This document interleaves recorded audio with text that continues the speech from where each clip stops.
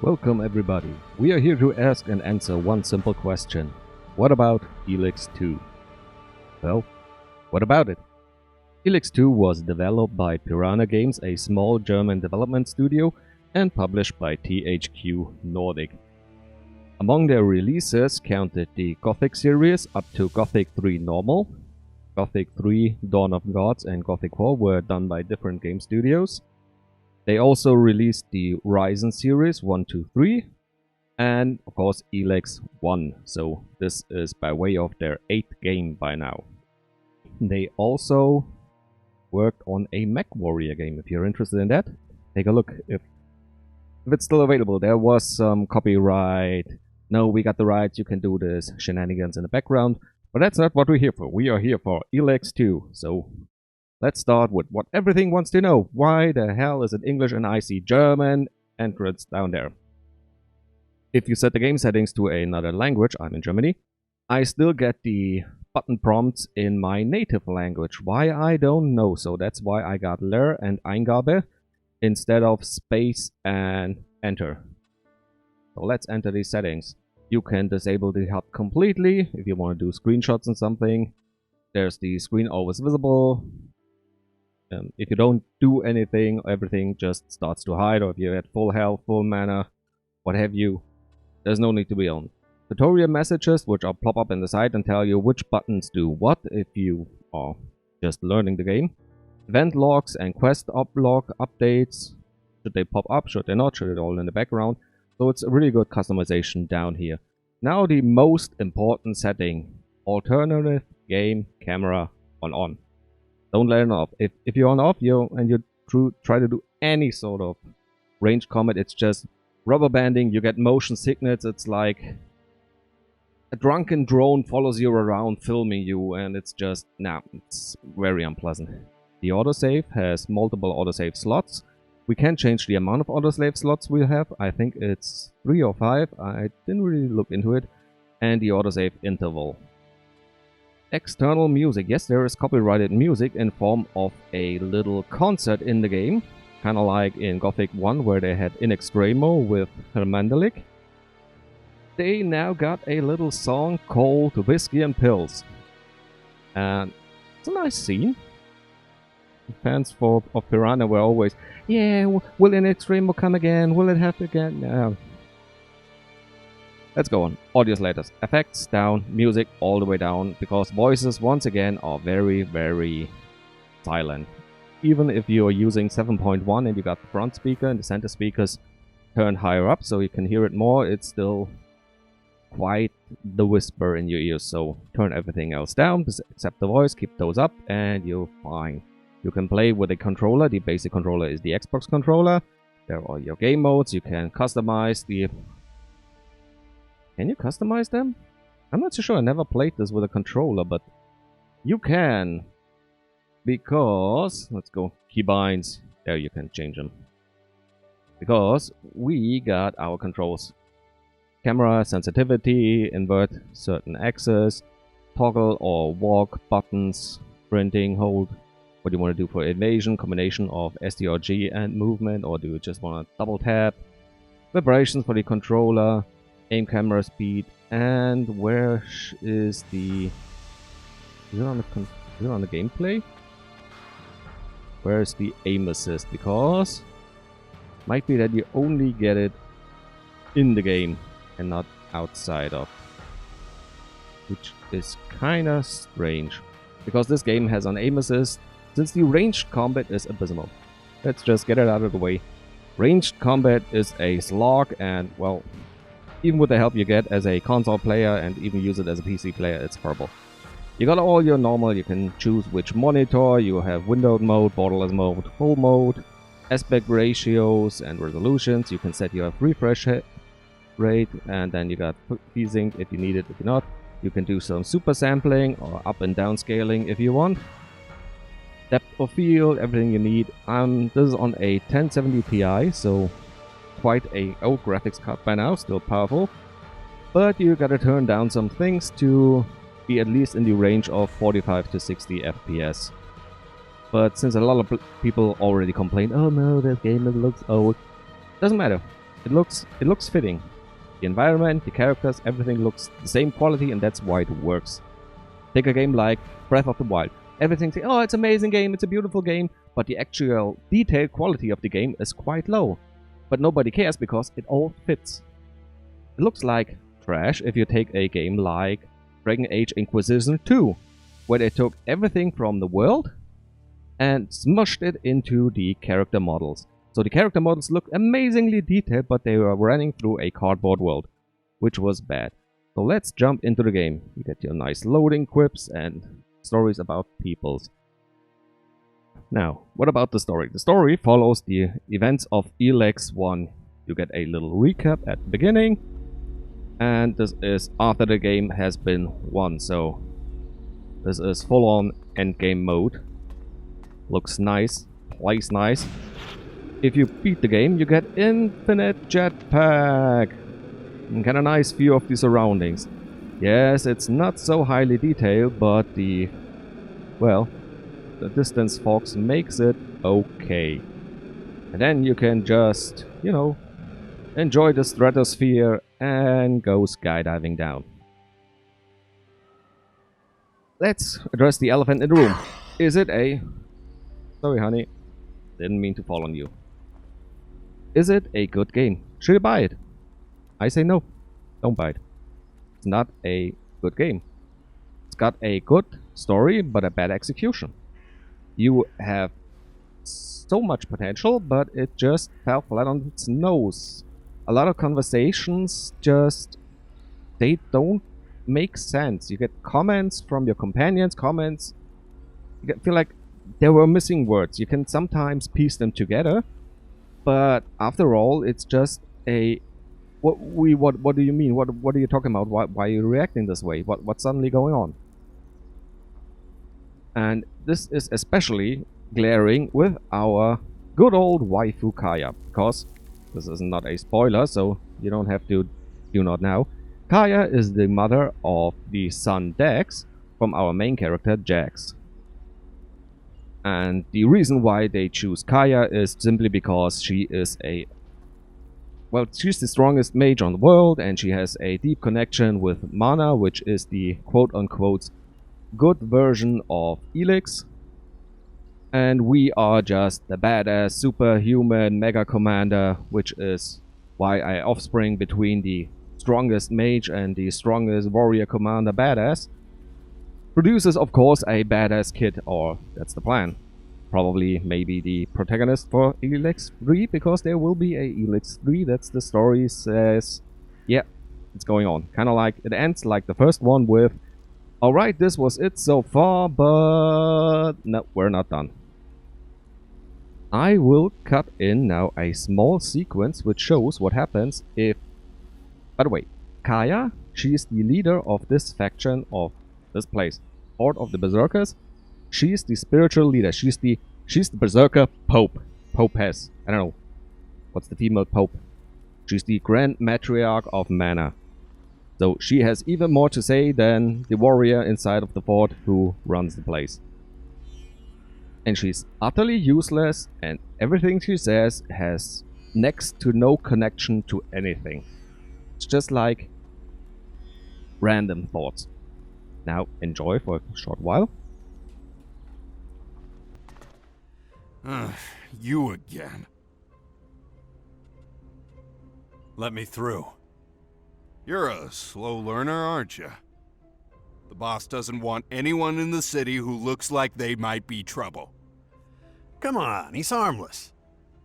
You know the order. Get your ass out of here.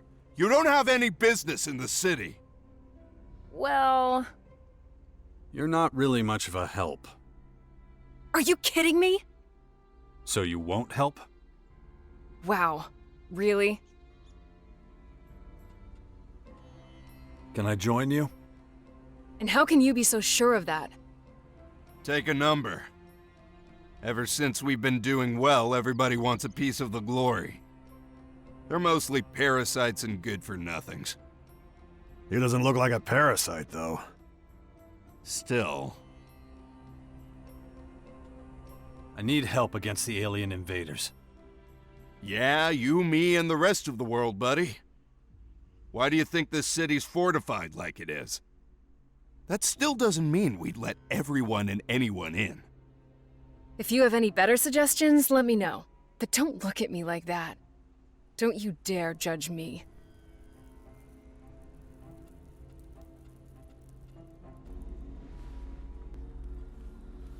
And there you saw it. It's just... Whoa, what went wrong? Yes, she could have got you into the fort. What would be the problem? You are walking around and being the... Well, let's say you're a god. You're the +1 of the great leader of your nation. Why would they say, well, she can come in, but you can't?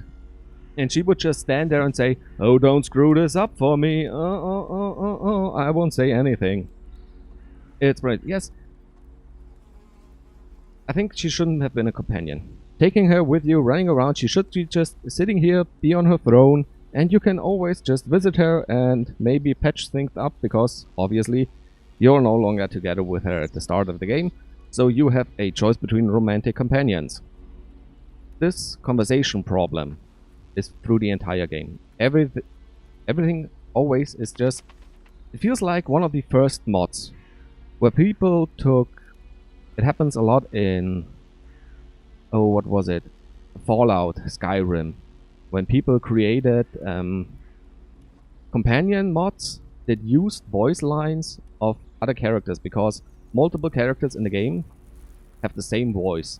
So in order to make a unique experience for you, they used snippets from different sentences of this original character and added them to another companion, so she had an expanded vocabulary.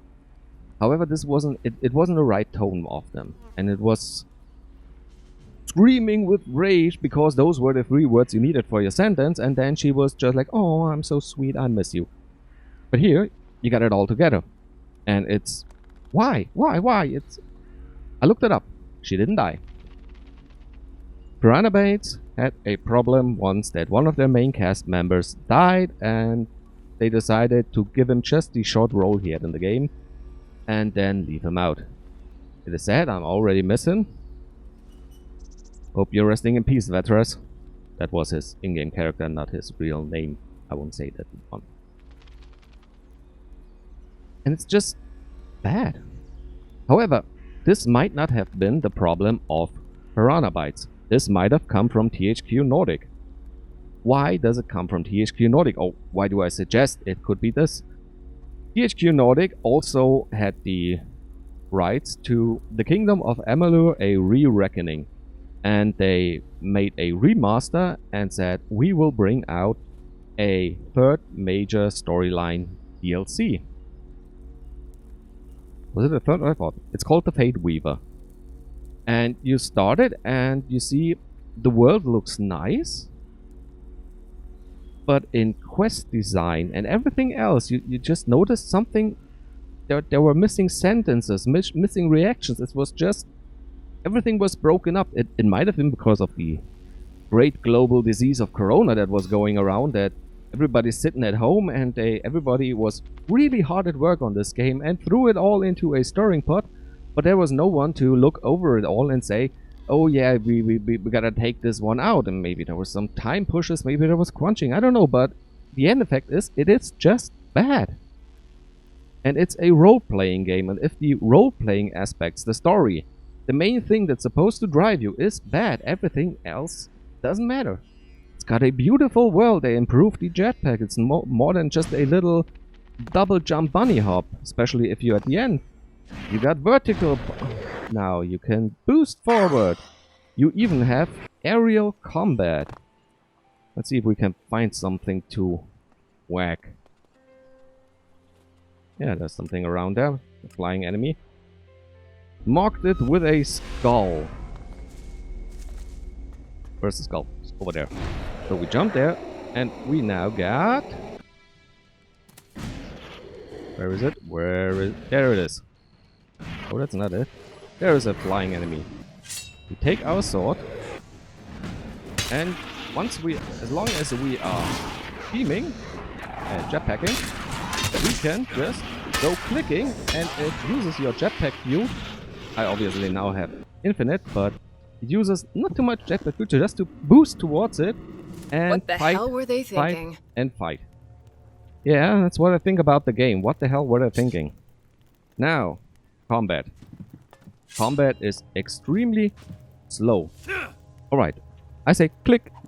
This was my defense. See the delay? Click. It takes a lot, and you have to tame it. It's just a small little tap to block.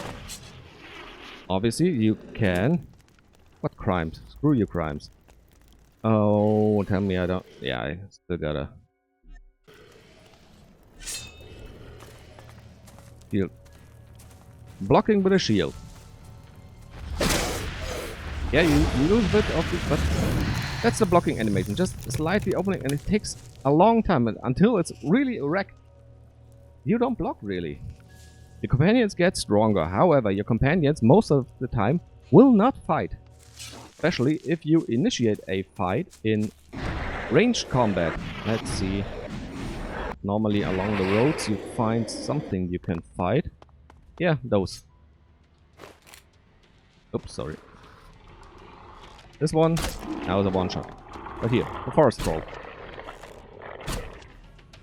Come on, start screaming and run towards the... Right now she's just ignoring it. Attack it. Do anything! Attack it! Come on, it's hitting me. Help me. Now she's finally doing it.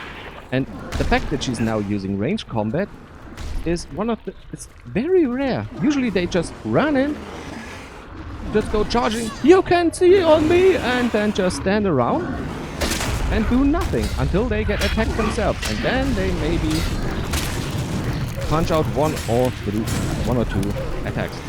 Now, this is a hard fight, and I do basically no damage with my sword. But oh well, there's the win button. Firestorm. Every faction has its win button, where just, you know, you gotta survive and watch everything around you burn. This is a bit of RNG because you don't know where the fireballs hit, but this is the one spell that brings you through the entire game. It doesn't matter that I now got the strongest weapon, one hand.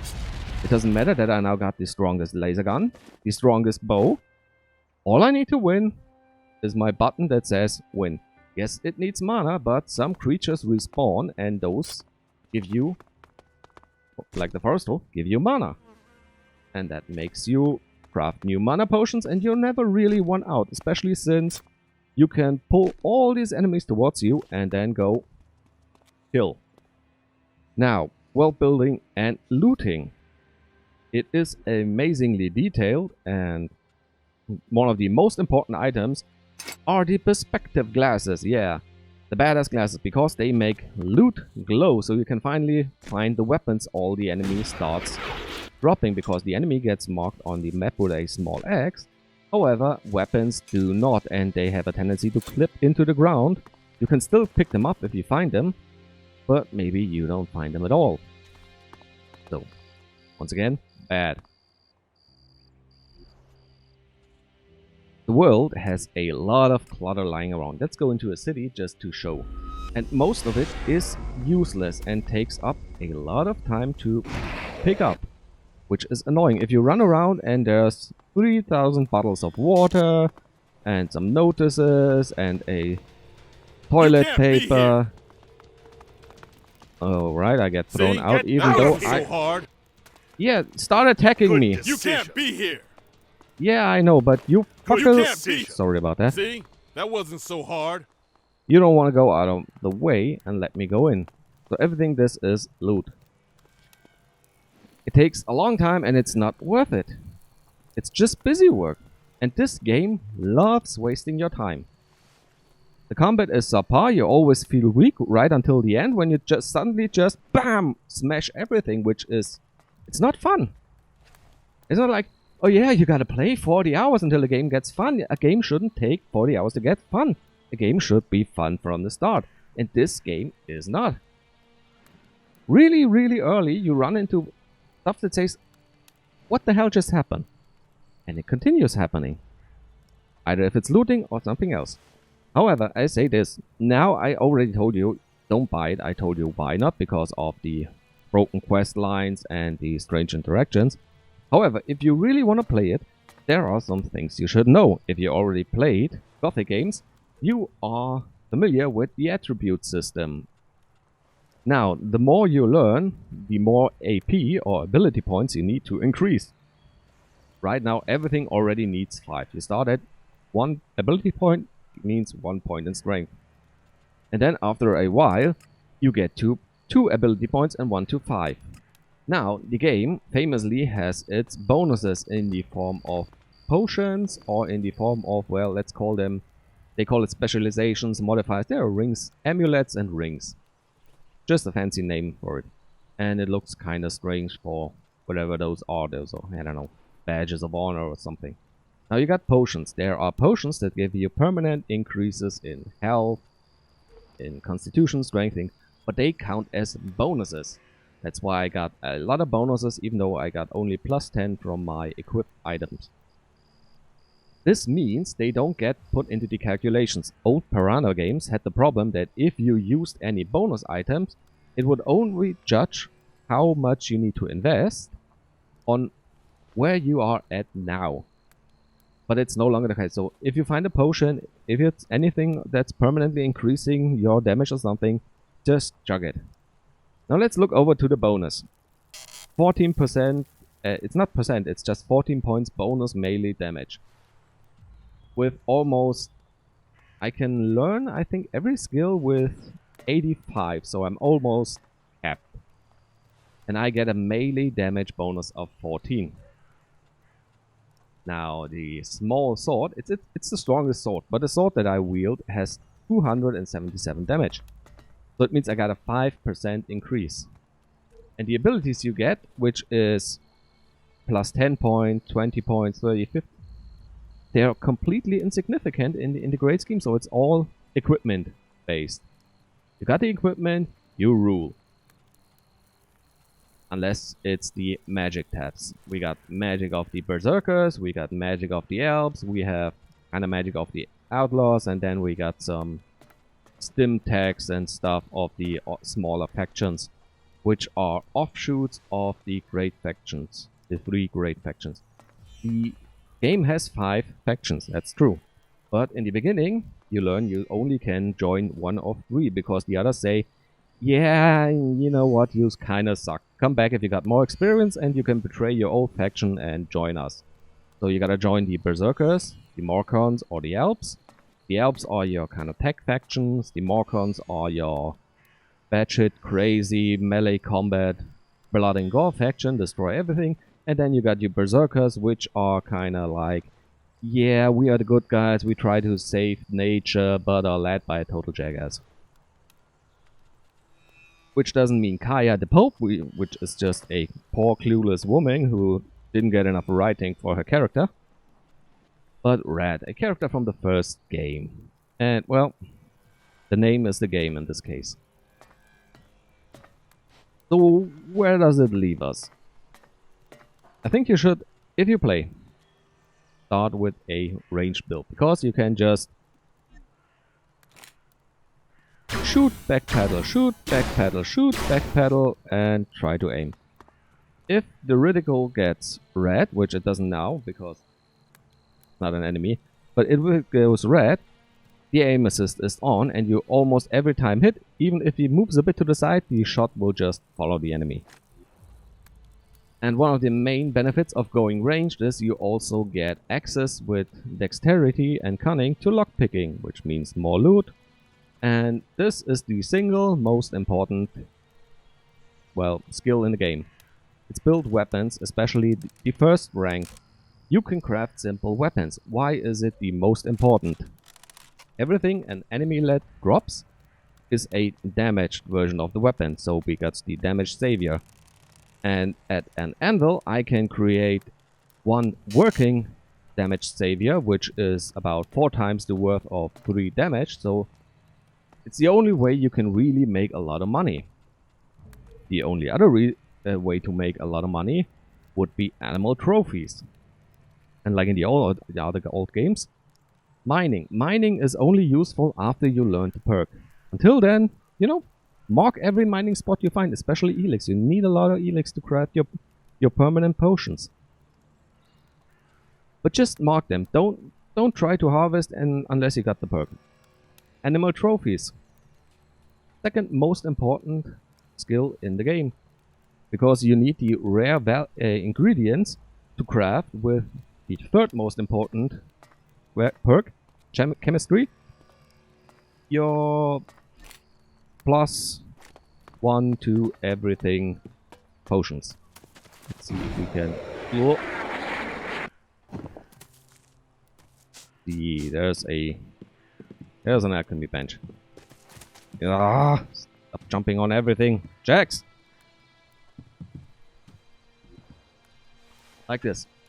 The large Elex drink gives +1 learning point. Very important because you get 1 learning point per level, but there are way more things to learn than you need. And it needs 20 Elex. Then we got Dark Elex and a special resource normally for trolls or really giant games. We just defeated a forest troll and that means we can craft a potion of strength. Now, attribute wise, we are strength +14. And let's see, we have 2 bars. So after next we will get the bonus damage. That's another thing. You don't get bonus damage for chugging potions. Whoop. So it's 15 bonus. And still here too, so the cost to level up will be the same. Does it ever get higher than 5? Oh yeah, it does. Look, it's 10 AP now if I want to go even higher than this. So beyond 90. That's the breaking point we got because we got 5 bonus. It goes up to you get 1 measly point. It's kind of a damage cap. You always apply changes. Nope. You always end up a jack of all trades. Which has been in every game. It was always possible to equip every weapon, learn every skill in all of the Pirahna games, which is a good thing.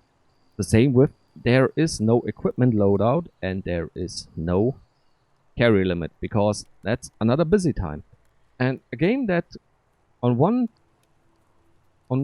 side of the coin, it gives you all this ability to just ignore a lot of stuff, like you don't have to carry around back and forth between a vendor and everything, and you just collect everything. But there is so much useless junk that you collect that then it just gets sold. And it's not just here trophies, there's cups, and it's called raw material, but there is nowhere in the game any recipe that calls for them. You just, I don't know, maybe it was meant to be useful for crafting, but never got put in, or they stopped it, or I don't know. However, it's bad.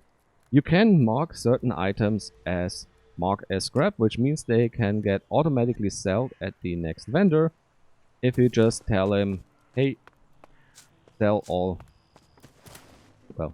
scrap. Go to the alchemist, tell me what you're selling, and you go to sell, and now you got R, sell all scrap, and everything gets sold. She's got a lot of mana, but she sadly, oh yes, she got 2 hearts. So we take those and make even stronger potions for us, and we go stronger. They periodically refresh their inventory, which is a great way you can just continually get stronger and stronger and stronger and learn more and more stuff. This all would be nice if it just wasn't so annoying to play. There's still a lot to explore, but I have no desire to explore. It's just the way it feels to play. It's like a slog. And then you get to a point where you paid money, you put some hours in, you're invested. On the one point you want to see, can it be good? Maybe they concentrated on the main story and all the stuff all around because you spend a lot of time doing side stuff. And at the main quest, maybe that's where the hidden jewels are. But no, they are not. Annoying as hell. And you just think, you feel like the bad villain. You know, smashing down the hero and then you, with your axe, you punch in his guts over and over. The blood spraying everywhere. Where won't you die? But it rears its ugly head again. Case in point. I got roll credits before the end of the game. And then I ran around, did some more of the main quest, and then I got a second end credit where there's this, well, this and this kinda happened to the people, and that's the way you influence the game, but it's not narrated, and they choose a white. It's like this down here. Imagine this field here. A tiny white script over this white background. Light gray. And then you're supposed to read it. No. Just... It's bad. Would I play this again? No. Why have I played it? Actually, I got sick. I got the flu. I was sitting at home, and I thought, well, it's a game I wanted to play. I liked most of the games. I really enjoyed the Risen games. Some people didn't. Yeah, maybe they overdid it a bit with the pirate stuff in the second one. But those were good games. And those had good combat. One of the things that happened in the first Pirahna games was you started out with a bad movement set because, well, you were a bad combat character. But then they had timed combat, which means if you clicked your next attack when you were at the end of the swing, you went into a combat. But here, it doesn't matter. I can go click, click, click. It's the same movement set. No matter where I time my clicks, there is no pirates, no nothing. Yes, I now got the boost over and smash him with my jetpack attack. But that's it. There's no longer time combat. It's wailing on your opponent without having a combat system that supports wailing. It's not meant to be a button masher. It's no fluid combat system. It's not about reaction, it's about knowing how long the annoying animation takes for the little pushback here. Or how long it takes to hover up your shield. So you gotta read your opponent, and if you can read your opponent, you can just sidestep them. The entire combat is... and it's frustrating because now the enemies are leveled. So most enemies will always be challenging to you, which on one hand is okay, but not if it's annoying combat system. If you got basic mercenaries that even when you are this great world-destroying titan who killed the main boss, who can toe-to-toe with some mountain trolls, it's like Skyrim when the gods kill the dragon instead of you, and you just show up and go, your soul is mine.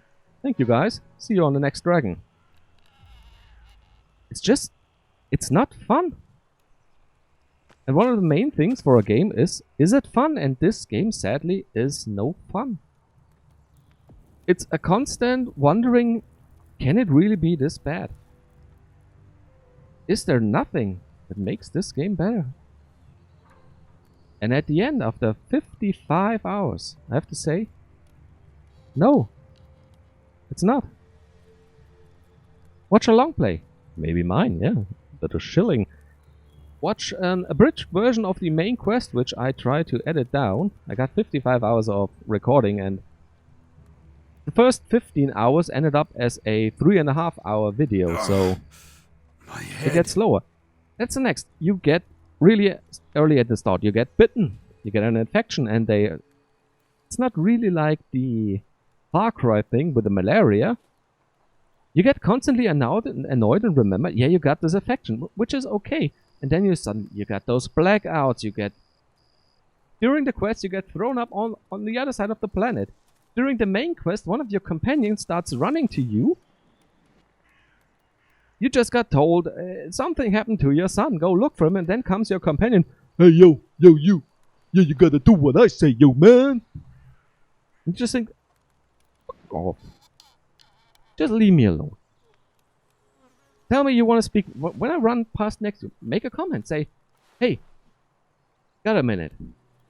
Something. It doesn't have to be the glowing exclamation mark over their head. Just you run past them. Sometimes people comment to you. And your companions, they could comment and say, hey, Jax, got a minute. Hey, Jax, can you... Nothing more. That's the way to engage in a conversation. And not just brag in and destroy the story flow gets broken all the time. And if you watch a video of mine, you can see that it gets broken all the time. It's without commentary because I could not find a way to make this fun. This would have been 55 hours. With commentary, it would have been 70 hours. It would have been 70 hours of me complaining. It's now 33 minutes of me complaining. I wish it was a good game. They improved mechanics over Elex 1. But the game in and of itself is bad. And you should not play it. You only live once. There's a lot of good games out there. Play one of them. If you want to know about the story, I'm sure there's lore videos out there. There is a Reddit article that just boils it down to what you need. Because Elex 2 could have been a good book. Could have been a great movie. But as it is, it's a bad video game. So I hope you stay safe. And it wasn't that simple to answer the question. The last simple question was about 8 minutes. It was a great game. But this is sadly not. It was a lot of raving and complaining, and I'm really sorry about this one. So hope I see you once again, and bye bye.